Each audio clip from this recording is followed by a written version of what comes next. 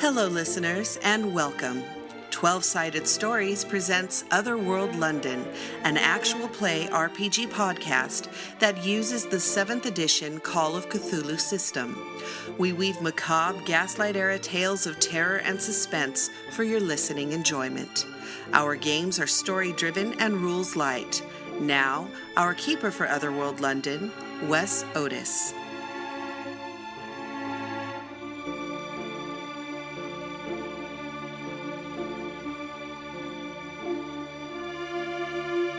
Let's jump right in and introduce our characters. We'll start with Terry. Oh, hello. I'm Terry Gamble, playing Alize Carew, known spinster.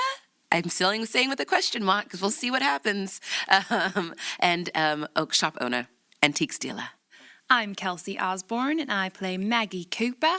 And while she might live in the East End and she might not have the status as some of the other ladies, I think some people in power are about to realise she still has power. Ooh. I'm Mac Beauvais, and I am playing Ethel Prendergast, who is an American transplant and recently got carted off to Scotland Yard for horrible reasons, and she's pretty used to being under suspicion of bad things.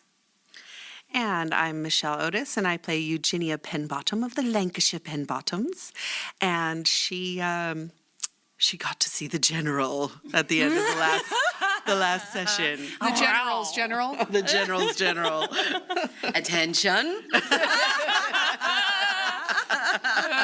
So, quick recap. In the last game, Ethel was taken to Scotland Yard for questioning. Ethel, Eugenia, and Alize went to the Spiritual Society's meeting, and then suddenly a constable showed up and took away. It was an ambush. She used arrest. It was super effective. Yeah, basically got you guys out of the situation. Eugenia came home and found out that her husband had been in a fight with Mabel's husband and beat him up for something he said. She doesn't know what was said because after she approached him, he seemed to be in a fit of passion. And we left it on that note of her being ravaged by her husband. Willingly. Maggie, unfortunately, lost one of her prostitutes at the Rose Petal. Shannon was the one that had her face disfigured by acid, and she hung herself as a result because she couldn't deal with the depression of that. And you met Harold the mortician. Harold Graves. Into it. He took the body and said he would deal with it and that you would get a envelope of money for your donation at some point. So we all dig graves. Yeah. I'm so sorry. But he could be the next Mr. Prendergast. Yeah. Oh,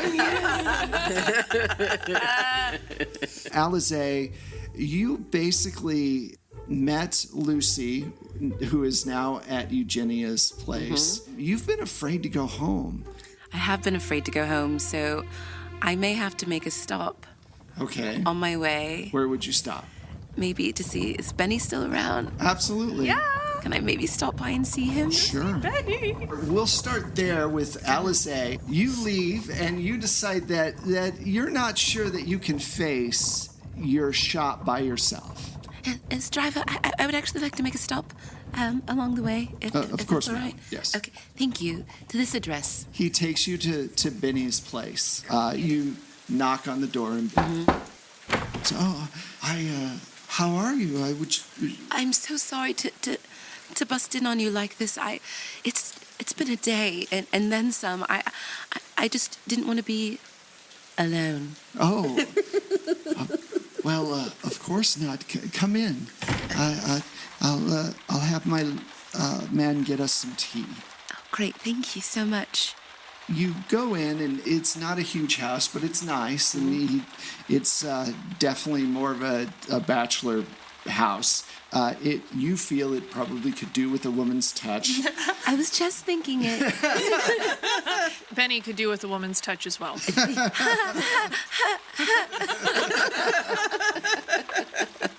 So he sits down and bring you tea, and he goes, I'm sorry to hear you've had a bad day. Does this have to do with that Celtic thing you were telling me about earlier? Oh, no. Well, kind of, but not directly that. I don't even know where to start, where to begin. So, our dear friend has passed on, and they're investigating into her death, and Miss Tillis, who's been the one who's been hosting, she feels that she's trying to frame us, I think. Me and my friends, my dearest friends, Miss Penbottom and Miss Pendergrast and Miss Cooper. She's trying to frame us, I think, for murder, I think. Oh, that's terrible. Go ahead. I'm not quite sure what to do, but... Well, my father's, well, that's what I wanted to talk to you. I was going to go by your shop. My parents are coming into the city next week, and I was wondering if you would mind meeting them. I would be honored. Well, it will be next Tuesday. Is that okay? That's perfect. I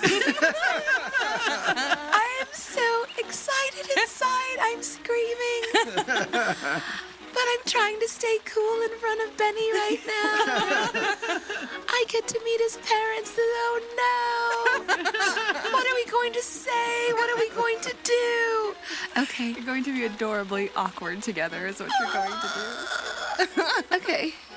You guys have tea, and you stay as long as is proper for Is socially someone. all right. Socially all acceptable. right. Ethel, you're in the carriage as you leave Scotland Yard. Where exactly do you want to go?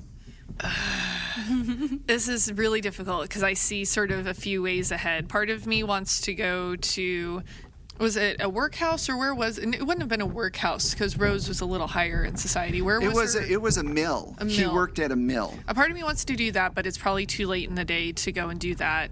Part of me wants to go fill in the other ladies, but everything's already been stressful. I think the largest part of me is really disgustingly rageful about everything that's gone on because she tried to get away from all of this kind of stuff when she was in America. And this bitch comes along who's like, I'm going to ruin everything. Right. I think Ethel might go back to her house and pull out the spell book and start digging through that looking for something to help her. Now, I actually thought that from the conversation that we have had about your growing obsession with it, that you probably have it on you because it is not a no, I totally have it on me. Okay. But I'm not going to do it in the carriage by street lamp where there will be very little light to look at it. Okay, cool. So you're No, going to it's go... totally with me. I don't leave it anywhere. Where are you going again? You're going to go back and study? Or... Yeah, I'm going to go back to my house to look through it and see if there's something I can glean from it or get some answers, especially because we had contact with Rose at the graveyard. Right. So you get back to your house. We'll come right back to you. We know what you'll be doing tonight, Eugenia. She's smoking a cigarette and her voice has dropped 2 octaves. Hello, darling. General. Yeah, something about the fight. It lit a fire. Yeah, it lit a fire inside your husband that you haven't seen in years. Well, he was defending her honor. Right. And then she comes in all concerned and standing up for his fight. Of course. Right. So.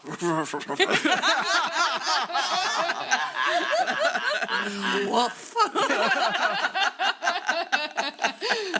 Oh, it makes me think of Young Frankenstein. Yes. Maggie, you get back after your unfortunate thing, and Rick turns to you. Rick went with you, and he's one of the workers. And he says, oh, I almost forgot. Here's my portion of earnings for this week.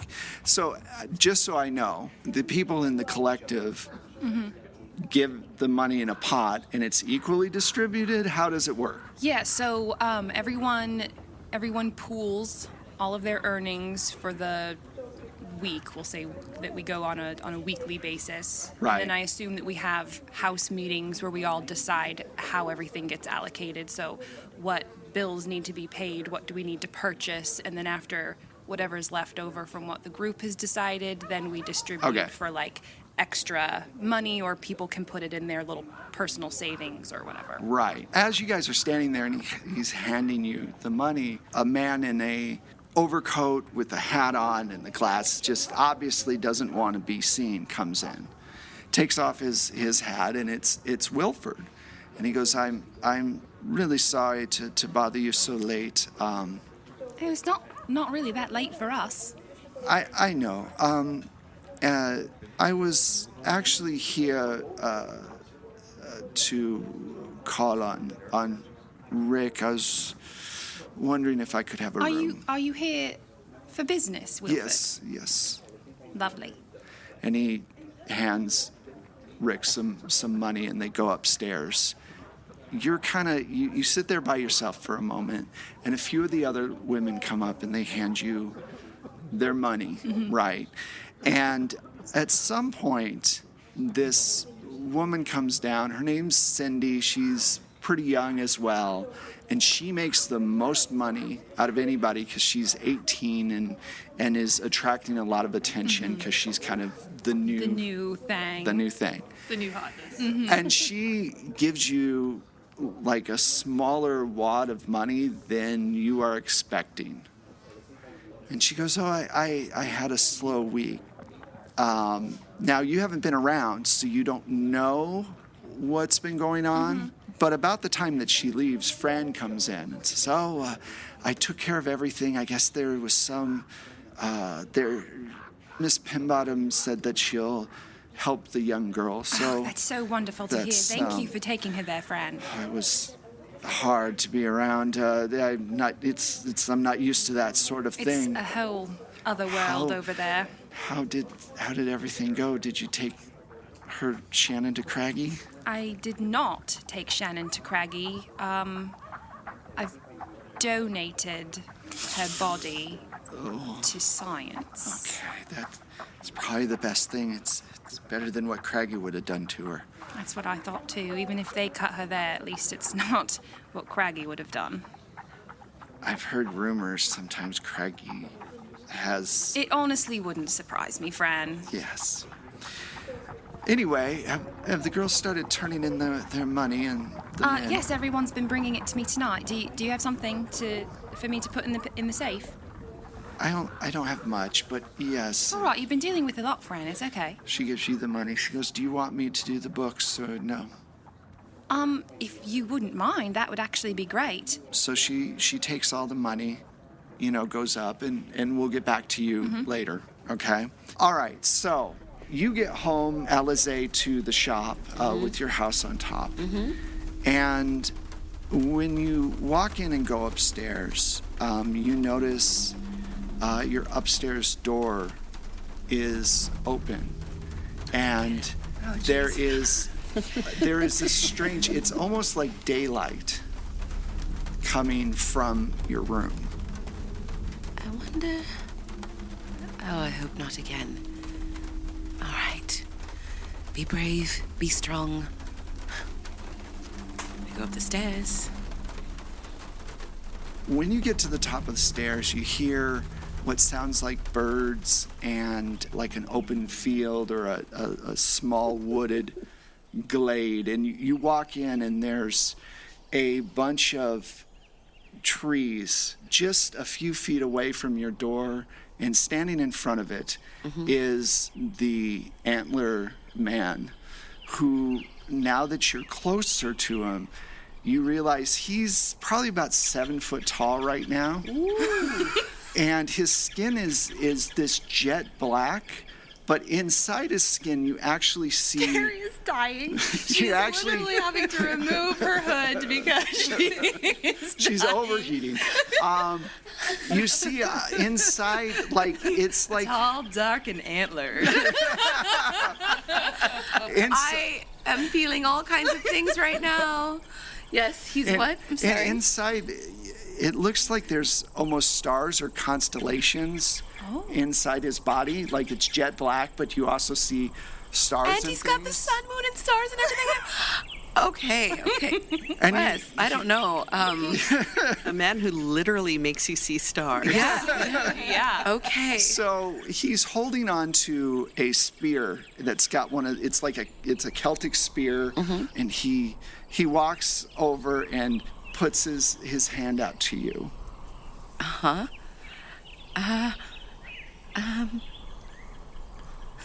I sneeze because there's all this like foliage around. Got you. And then I take his hand. So he leads you to the edge of the woods, and what we're going to be doing is we're going to be cutting between you and Ethel.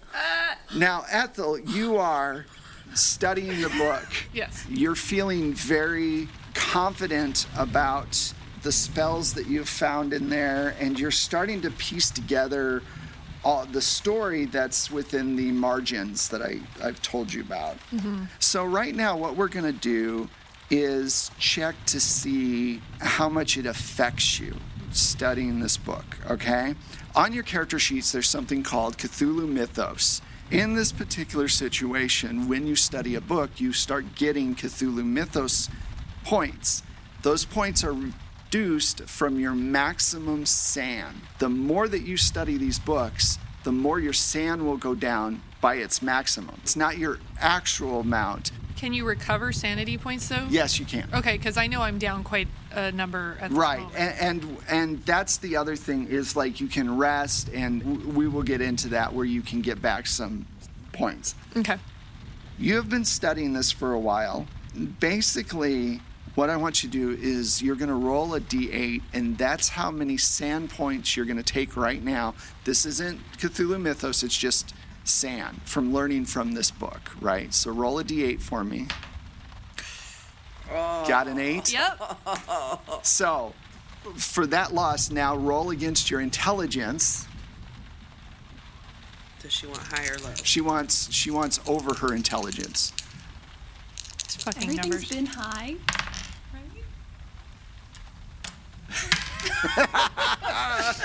Why'd I have to say anything? I think that would have happened no matter what. Mac has been literally cursed with this game. So Yep, that was damn it all. So yeah. So as you're sitting there reading this book, you're starting to put all these pieces together. You're starting to understand the spells. You're starting to understand the book. Everything's coming together. You get 4 percentage points in Cthulhu Mythos. Okay. So put down 4 percentage points. And I have to recheck, but I think that the maximum SAN is 99. It goes to 99, and I started at 70. Right. Okay. Now, you're putting all this together, like I say, and Agatha comes in and puts down your tea, and you suddenly feel so annoyed by her very presence that you lose your temper. You knock the tea off. She goes, "Oh, madam, are you okay?" And you say something along the lines of, "You are literally the worst person. You annoy me to the point of no return." And you stand up and you punch her in the face. And she falls to the ground. She's just so disoriented. And you just keep punching her and punching her and punching her. I only have one household servant. Oh, no. I can't kill this one. Motherfucker. So she lays on the ground twitching. And you, after you beat her senseless, Oh, good. you sit back down and open up the book and start to read it because you're detached from reality. And as you're reading through, you come across this first passage. Do you want me to read it out? Yeah. Many believe that the Romans founded London, or at least the first version of the city, but this is wrong. The original settlement was named Caer Troia, and it was founded over 2,500 years ago by the first British monarch, King Brutus. The king was not completely human. In fact, none of the kings or queens of the Celts were. Instead, they were sired from humans and a magical race called the Sidhe. Back over to Alize. So he walks with you to the edge of the woods. Yes. And he waves his hands, and suddenly your dress falls to the ground. Oh. He points. Scandalous. He points towards the woods and hands you the spear, and starts to walk into the woods. This might be a little. He doesn't say anything. He just starts to gently tug on your arm for you to follow him. Okay.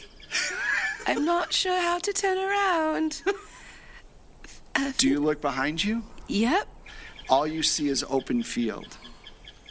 Oh, we have been transported. Is this a dream or is this real life? I think I'm just gonna have to go with it. So you go into the woods, and we'll come right back to you.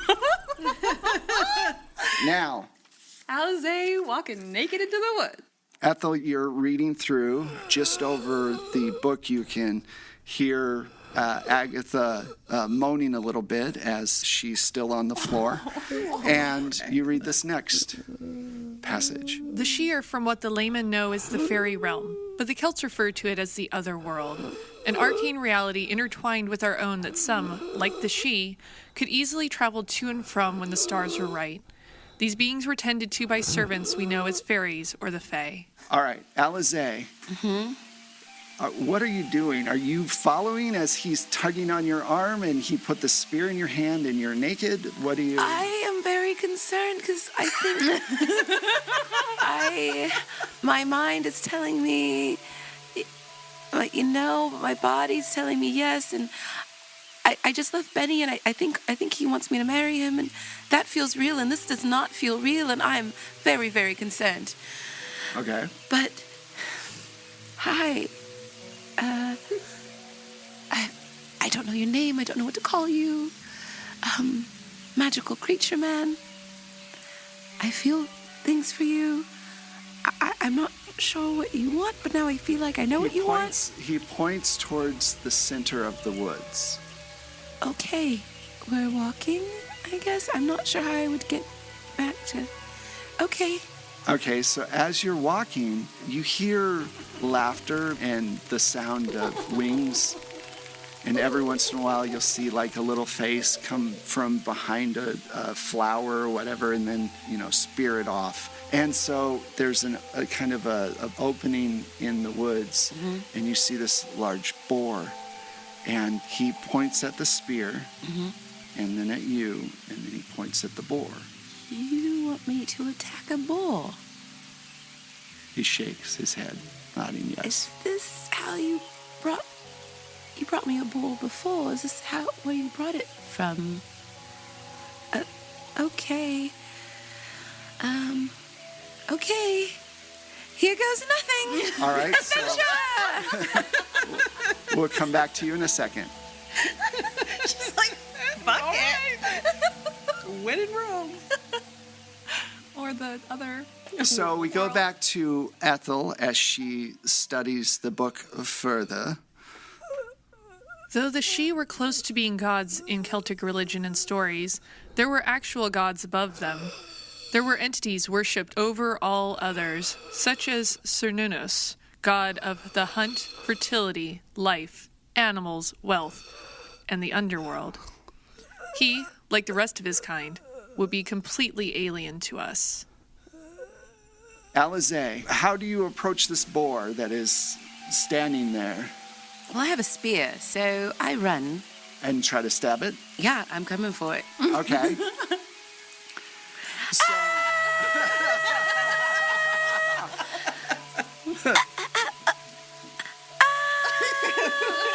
So you run across the clearing, and the boar turns towards you and starts rushing you as you're rushing in.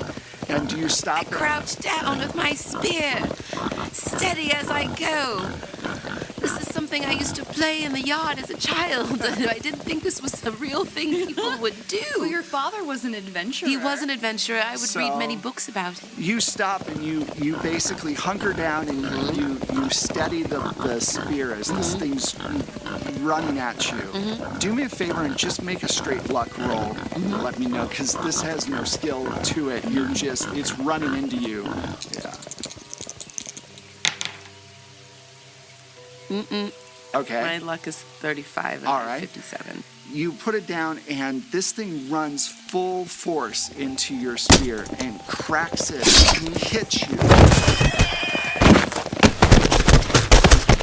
You get trampled badly, okay? And you black out. And you don't know how much later, you wake up, and the boar is dead a few feet from you with the spear in its head. And you're bruised and you're very hurt.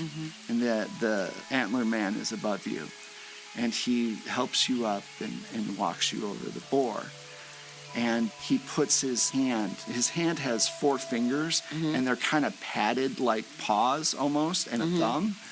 And he puts his fingers into the wound. And he gets his whole hand bloody.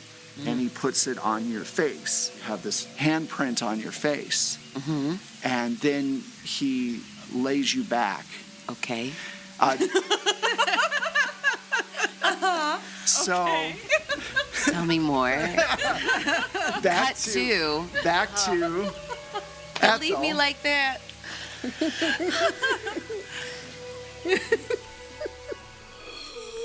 Cernunnos has been known to take a human lover. Though Cernunnos is most often seen as a male, it can shift to any form it desires. Those whom the god blesses are also given the ability to shift into wolves for the hunt. The gift is rendered as the lycanthrope curse in modern stories. While in our world, those affected by it transform at every full moon, compelled to hunt for fresh meat. So, so I'm playing the wrong character. What? So- Holy bejesus. So back to Alize. Suddenly you find yourself underneath this Celtic god, and you look up at the full moon, and you can't help yourself. You don't know why. You start.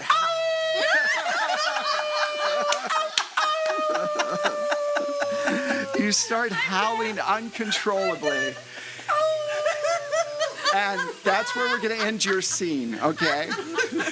Ethel, you finish reading that part, and suddenly you snap back into reality. You realize what the antler god has been doing. He's prepping Alize. You know, you're not sure if she's in danger or not, but you also know that she could theoretically become a werewolf.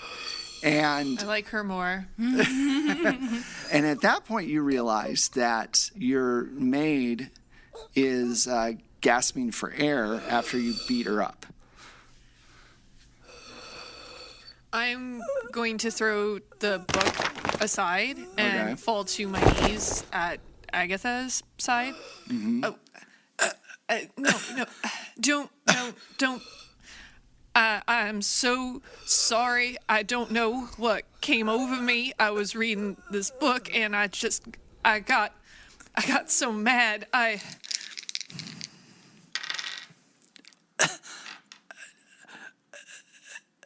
And her face starts turning blue. Is the Heimlich maneuver a thing yet? Nope. Like she choking. Okay. No. Do you have first aid at all? I would take first aid. No. Well, you have it at 30. Yeah, I mean, I have whatever the normal stat on here is, but I didn't take it as a particular. You can always try to help. Yeah, I guess let's do that. All right. So she's starting to turn blue. Obviously, her windpipe's probably been broken.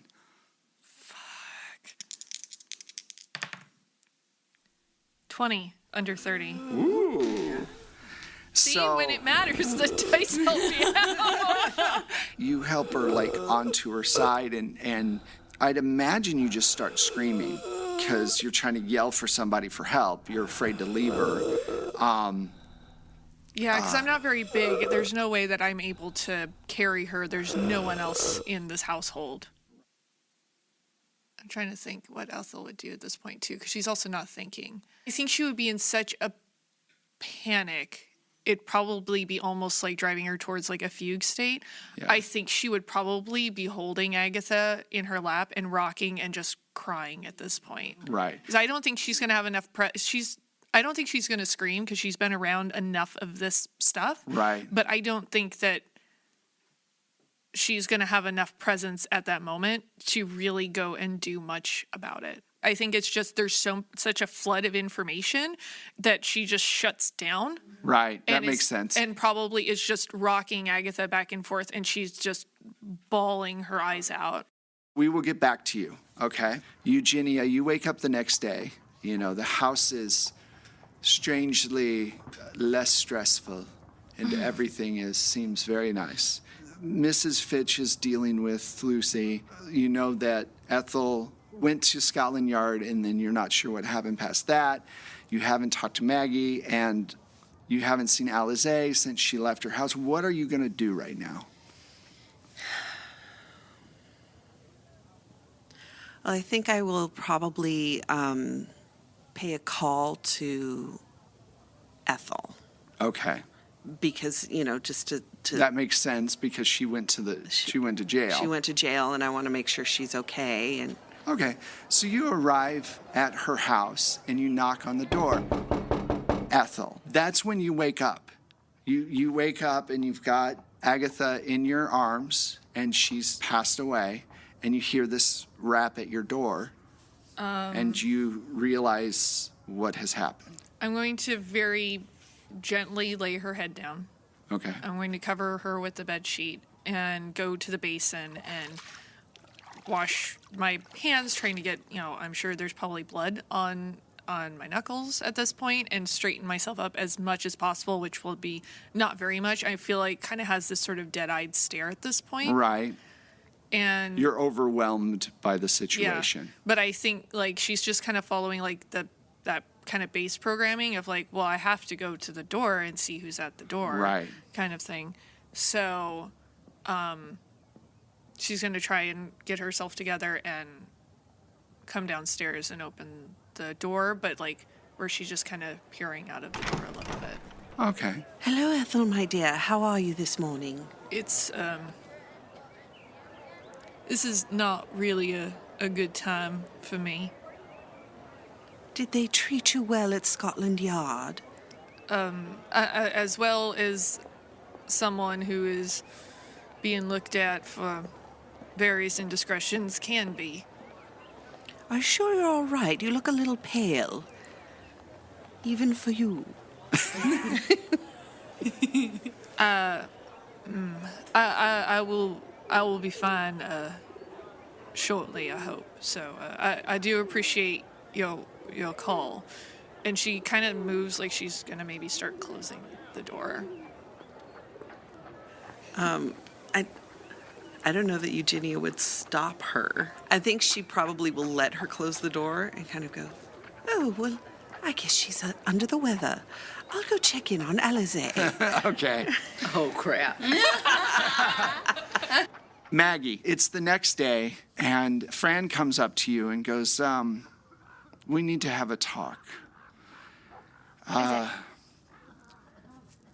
Well, as you know, everybody turns in their funds at the end of the week so that we can pay the bills and pay people what they need to survive. It's part of how we do things. And one of the girls is light. She's done a lot more work than she's reporting. So, what you're saying is someone has withheld earnings from the group? Yes. Are you sure? I'm positive. You've checked the books and you've... 3 times. Oh. Who is it? It's Cindy, the popular one. Cindy? She works every day, And I know she charges, I think she charges £2 a row, and Yeah, she's able to charge a she gets a decent premium, rate. and she only turned in, £4. I know that she made at least 14. She's that short. She says that I spoke with her, and she says that some of her people couldn't pay the amount that I was thinking she could get. And she acted just weird. She acted very strange. All right, well, this doesn't seem like Cindy. I don't know the girl very well. This house, I mean, we've all agreed on the terms, and this is very confusing. I think I'll have a talk with her in private, if you don't mind. Of course, yes. Just to see what's going on. Okay. As you're going upstairs, Wilford's going downstairs. He goes, Did you enjoy your evening, Wilford? I do. I'd appreciate discretion, of course. That's our game. Thank you. He Come back anytime. I will. Then he walks out. That's way more chipper than he was expecting. So you go to Cindy's room, and she's there putting on her makeup and whatnot. Oh, hello. How can I help you? Well, Cindy, I'm sorry this is going to be a bit awkward, but I suppose the best way to come out with it is, well, just to come out with it. You seem to be short. The books reflect that you brought in more this week than you turned into the house. Well, I did not have as good of a week as Fran says I did, and I didn't make as much money as I usually do. I think that's where the discrepancy is from. And she kind of walks over by the window and kind of looks out, and she goes, "But, I'll do better this week, and next week, of course, I'm sure I'll have more money for the pot." All right, well, Cindy, everyone in this house is treated as an equal. I know. I understand that completely, and I'll make sure. And if you have something going on, you know that you can talk to us about it. Oh, no, I don't have any... You're in some sort of trouble or something. No, everyone in the house is here to support you. I don't have any trouble. I just had an off week. Don't worry, it'll be fine next week. Do I believe her? Not so much. Okay. I was like, do any of us believe her right now? I'm listening to that being like, I'm not even there, and I don't believe her, right? Can I maybe make a spot hidden check to see if she has like a wad of cash in her purse behind the bed or something or as like you're looking around the room? Maybe she keeps like putting her hand on something like right. to not. Go ahead. Just to like see. That's a 47 under my 65. You notice that she seems to be standing close to the window next to her end table. She's got her dress pressed up against the drawer. So she's kind of standing in a weird way and kind of blocking the drawer.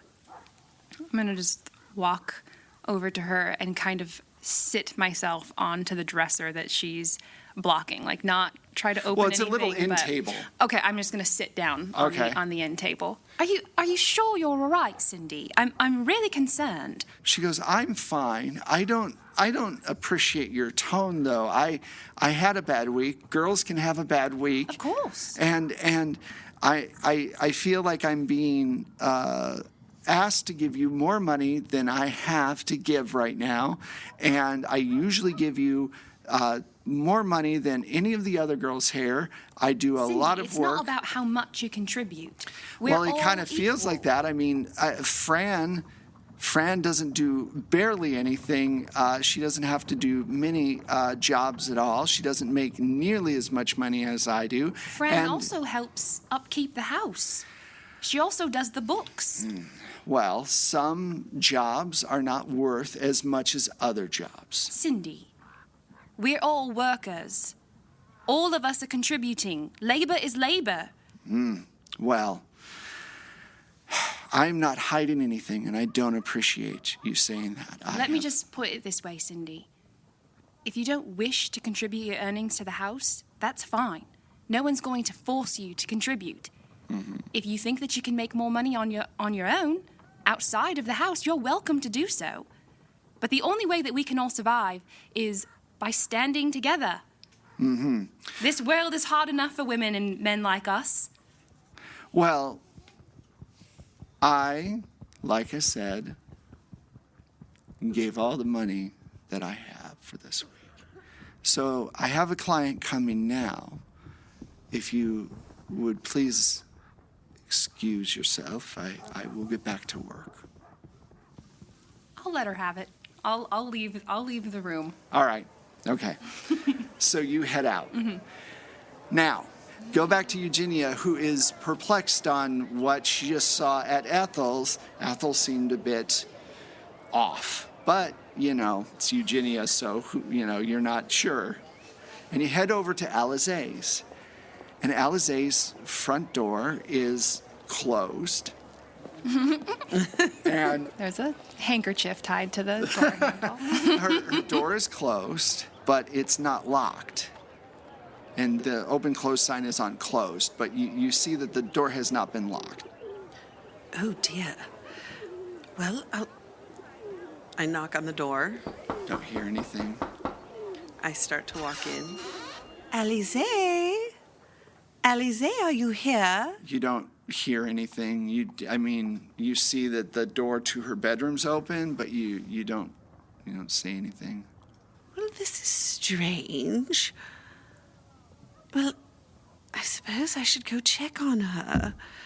So you walk up to the top of the stairs, and at the foot of the bed, Alize is curled up in this weird position, and she's covered in these markings all over her body, and they look like they're blood. They're all these like little symbols all over her body, and she has this what looks to be a handprint over her face, and she's asleep.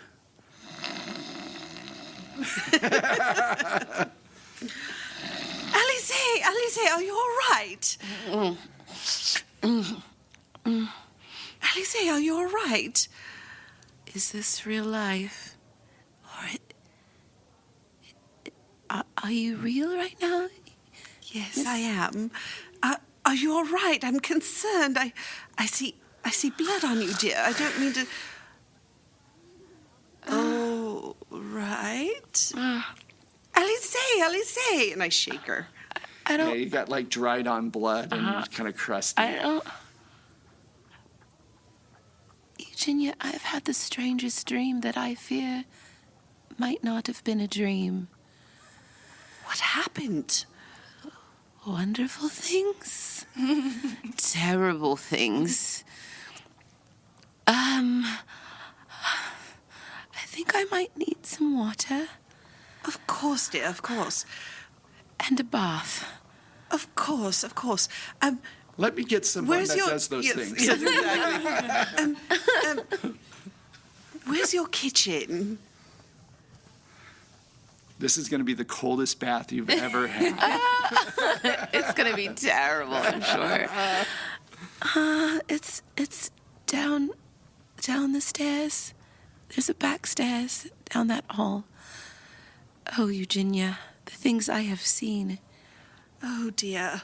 And I'm assuming I know where her powder room Right, is. and you start getting her cleaned up. Running a bath for her that's not warm. That's not warm. It's the coldest thing ever. And it'll probably overflow by the time I figure out where her kitchen is and how to find water. Yeah. Yes. Yeah. So Trying so hard. you clean her up. You get her all whatever. Because you're you don't think about the fact that she's got markings all over her body, and you wash it off, right? It's all just gone. Blood. Of course I'm going to wash it off. So you just wash all this runic, Celtic stuff that's written on her body, and you wash. You're washing, and you're thinking about.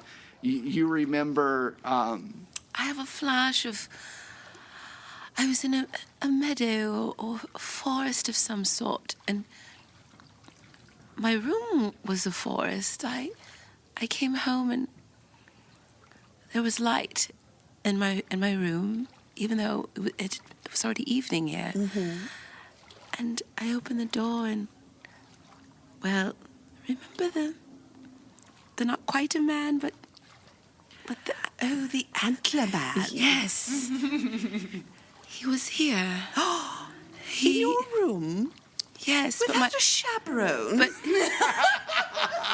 I did protest. I said such a thing. I said, let me stop. Before I came home, I stopped by Benny's.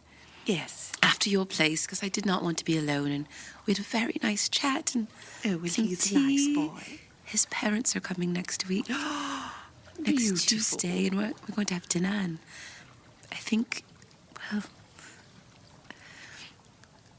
But then I came home and I opened my door. There was a meadow or forest of some sort, and the antler man took my hand and dragged me into it. I didn't know how to turn around. My clothes dropped off my body, Oh, my goodness. and I was naked. Well, that's generally what you are when your clothes drop off. Eugenia, I mean everything. Even your knickers. Everything. My goodness. As the day I was born. Because there's English naked, right? Well, there's like proper lady, like, oh, I don't have my clothes. naked. I'm My naked. I'm underclothes. wearing my knickers. I have a corset. I have a top. I have, nothing. Goodness. He handed me a spear and led me to a wild boar. I charged like I was a huntress of an ancient time.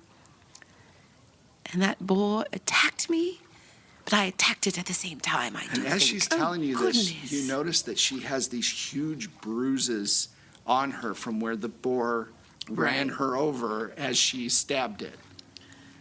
And what happened to your body? I think that is from the boar. Oh, goodness. And then I have heard they're dangerous. they are. Yes. Especially if they're in your room, I think. I don't understand. But I ended up, I don't remember much for a moment, but the next thing I knew, Antler Man was there. And, well, something transpired. I don't know what I'm going to say to Benny. No, dear. Indiscretions occur, especially under enchantment, we'll say. Magical. You were not in charge of your faculty. That is correct. That is Right. correct. Okay. Yes, and Yes, it I would was taken destroy into- Benny. It was an otherworldly experience that I must let go. But think about it every now and again from time to time. Oh, my goodness. You are wicked. What happens in the other world stays in the other world. Yeah, like so flashes of your romantic night include eating of a heart, going on a second hunt, several lovemaking sessions, the whole 9 yards flash in your brain throughout the whole thing. And I don't know how in the future it will change your character, but and that's totally up to you, but we'll go from I there. am at some forever point. changed, Yeah. I think. Yeah. Well, I think that, you had blood on your face. Oh, Did you kill the boar? You do remember that. well, I recall my antler king. He took his hand, and I had taken blood from the boar, and he put it on my face. Oh, much like they do in a fox hunt if it's your first time. Oh, I guess that was my first kill. Yes, I've never particularly liked the sport, but I do understand. Yes. I've never been much into hunting either, but I suddenly have a real thirst for it. Oh, look at you, Diana. Okay, so we're going to go from there. You, Ethel, shut the door, and you feel a presence behind you. And you hear this low escape of air from the room and coldness.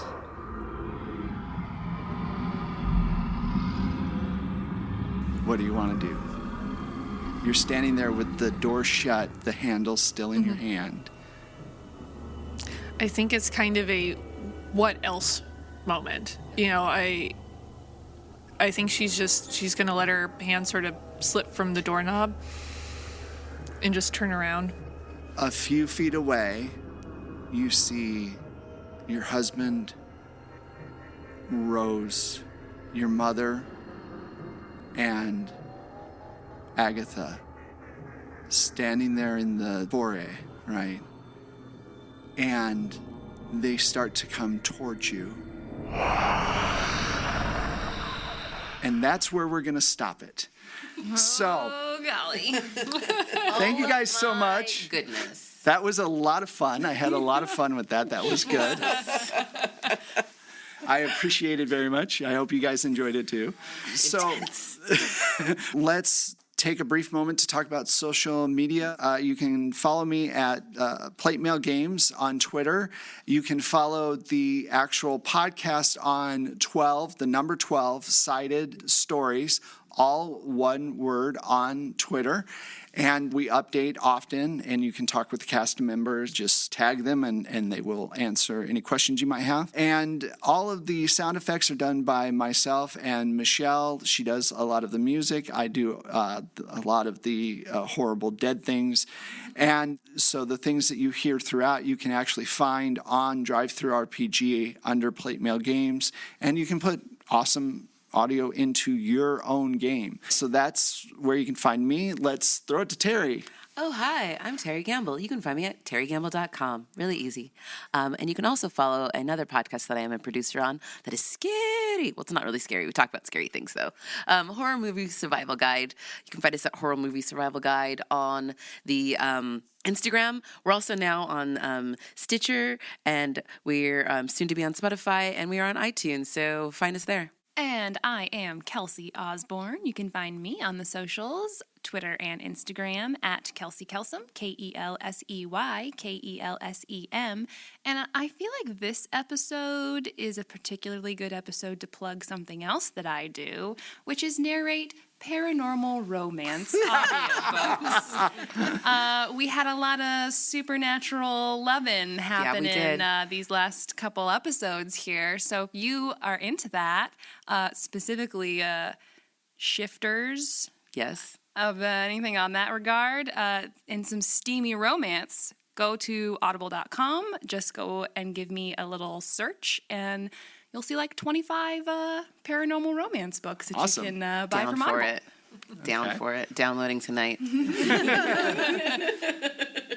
I'm Mac Beauvais. You can find me on Facebook, Instagram, and Twitter as @StrangeLikeThat. And to jump on the horror monster hanky-panky train, you can also tune into Happy Jacks either via the podcast or the live Twitch stream where I am co-GMing a game of Monster Hearts called Carefree High, which is basically a game about teenage sex monsters. It's delightful and wacky, and everybody is having an amazing time. So check it out. Very it's cool. amazing.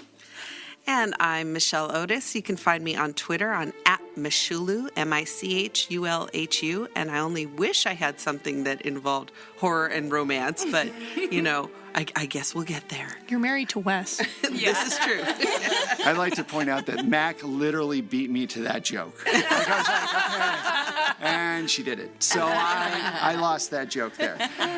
So thank you guys very much for listening. Thank you, players. I had a lot of fun with this particular episode. It was really cool. And we hope that you will come and join us for the next Otherworld London. Goodbye.